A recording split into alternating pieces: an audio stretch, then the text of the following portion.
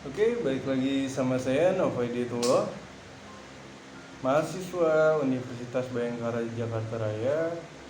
Dan pada kesempatan kali ini saya akan mempresentasikan serta mereview pertemuan 1 sampai ke 7 di mata kuliah berpikir kreatif dan kritis yang diampu oleh Bapak Aryadillah.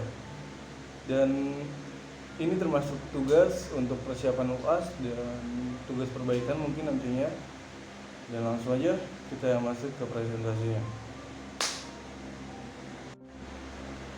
Ya, pada pertemuan pertama di mata kuliah berpikir kreatif dan kritis, Bapak Redillah tidak langsung menyampaikan materi yang terkait dengan mata kuliah ini, tapi dia hanya mempersamakan persepsi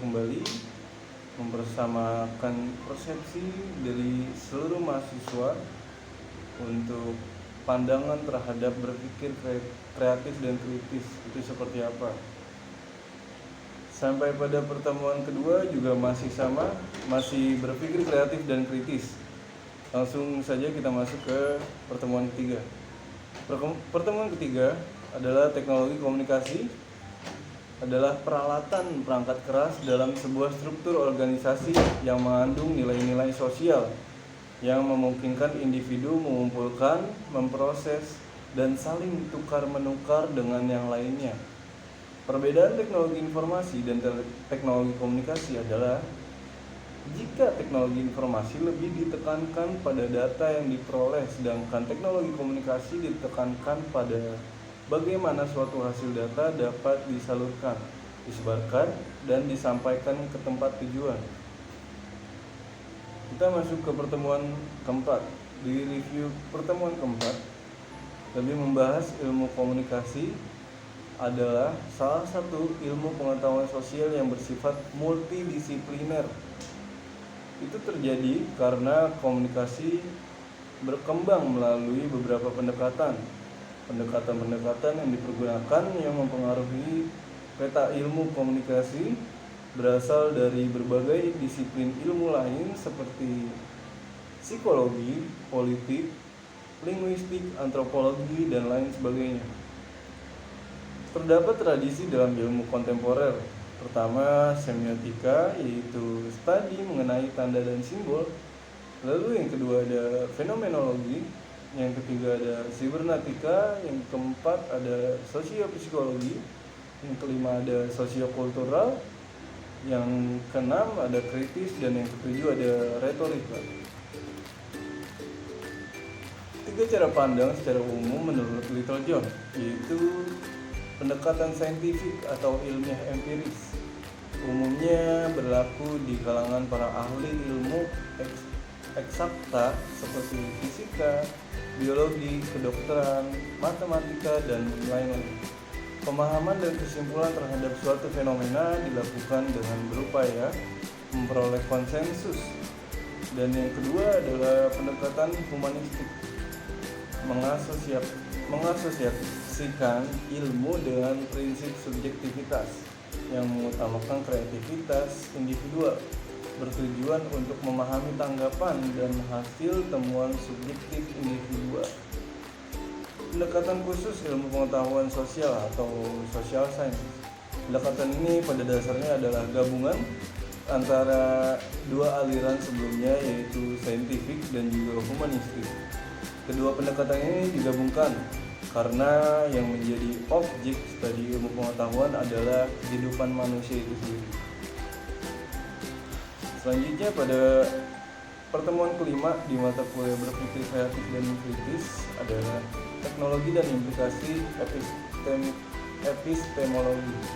Epistemologi berasal dari bahasa Yunani, yaitu epistem, yang berarti pengetahuan, dan akhirannya logi, yang berarti ilmu. Ferrier menciptakan epistemologi dalam model ontologi untuk menetapkan bahwa epistemologi merupakan cabang filsafat yang bertujuan untuk menemukan makna dari pengetahuan dan menyebutnya awal yang sesungguhnya dari filsafat. Tanggung jawab etis teknologi terdapat beberapa prinsip Pertama, pengaruh tindakan pada dunia. Yang kedua, tindakan bisa dikendalikan. Dan ketiga, akibat yang ditimbulkan dapat diidentifikasi dan diukur. Komunikasi memegang peranan penting dalam kehidupan umat manusia karena kita selalu terlibat dalam salah satu bentuk dari komunikasi tersebut. Cara melakukan komunikasi misalnya dengan gerak-gerik atau lambang-lambang dalam bentuk. Sebelum ditemukannya sinyal listrik, komunikasi jarak jauh dilakukan dengan menggunakan bunyi-bunyian, asap, binatang, sinyal cahaya, dan lain-lain.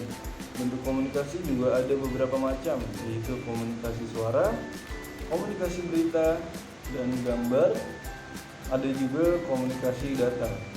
Komunikasi juga memiliki beberapa komponen, yaitu pengirim atau transceiver, atau biasa disebut komunikator, dan juga media transmisi, dan juga penerima atau receiver. Berdasarkan cara penyampaian informasinya, bentuk komunikasi terbagi atas dua macam, yaitu komunikasi dari titik ke titik, point to point, atau misalkan saya langsung nyampaikan ke orangnya, dan juga komunikasi dari satu titik ke segala arah atau broadcast communication. Pada pertemuan ke-6 kita membahas lebih dalam mengenai produk teknologi informasi dan masyarakat informasi. Teknologi merupakan sisi supply dari kebutuhan akan sarana pengolahan data dan komunikasi yang cepat dan murah. Inilah yang justru diharapkan oleh sebab itu dikembangkanlah produk teknologi informasi sebagai jawaban terhadap kebutuhan tersebut. Terdapat beberapa komponen, yaitu perangkat keras dan juga perangkat lunak. Information society atau masyarakat informasi adalah sebuah istilah yang digunakan untuk mendeskripsikan sebuah masyarakat dan sebuah ekonomi yang dapat membuat kemungkinan terbaik dalam menggunakan informasi dan teknologi komunikasi baru. Ciri-ciri dari masyarakat informasi yaitu kebutuhan informasi yang tinggi, penggunaan teknologi informasi yang lebih intens, dan kemudian pertukaran data digital. Pertukaran informasi menjadi aktivitas yang dominan. Pekerjaan di bidang informasi yang menjadi dominan, komputer menjadi medium yang sering dipakai, dan seiring perkembangannya teknologi saat ini, masyarakat juga terdapat kategori baru, yaitu masyarakat nyata dan masyarakat maya. Dan pada pertemuan ke-7 yaitu membahas mengenai pengantar media pembelajaran. Media memiliki makna umumnya, yakni segala sesuatu yang dapat menyalurkan informasi dari sumber informasi kepada penerima informasi. Istilah media ini sangat populer di bidang komunikasi.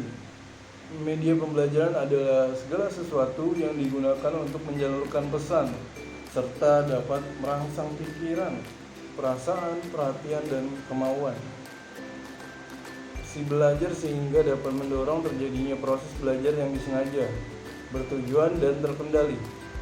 Menurut Jerome S.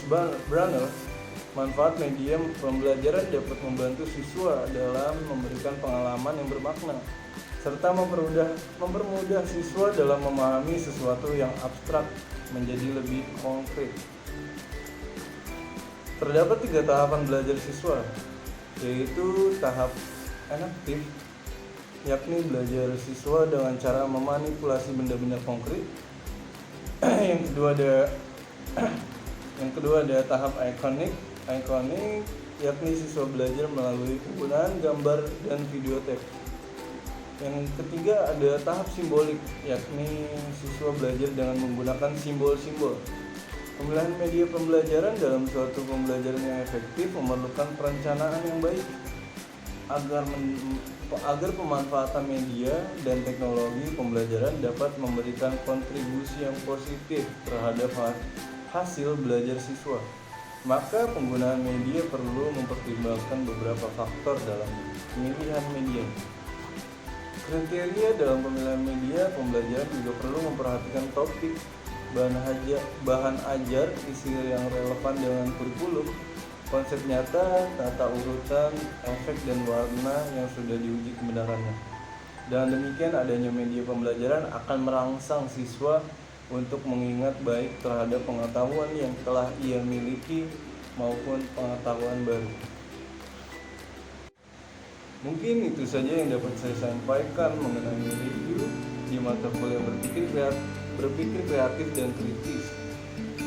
Terima kasih kepada Bapak Arya Dilah dan juga terima kasih kepada para penonton yang sudah menonton video ini. Semoga ilmunya dapat diresapi, buang yang buruknya dan ambil yang baiknya, dan semoga masih banyak sih yang baiknya. Oke, terima kasih banyak. Sampai ketemu kembali di lain waktu atau di lain video. Dadah.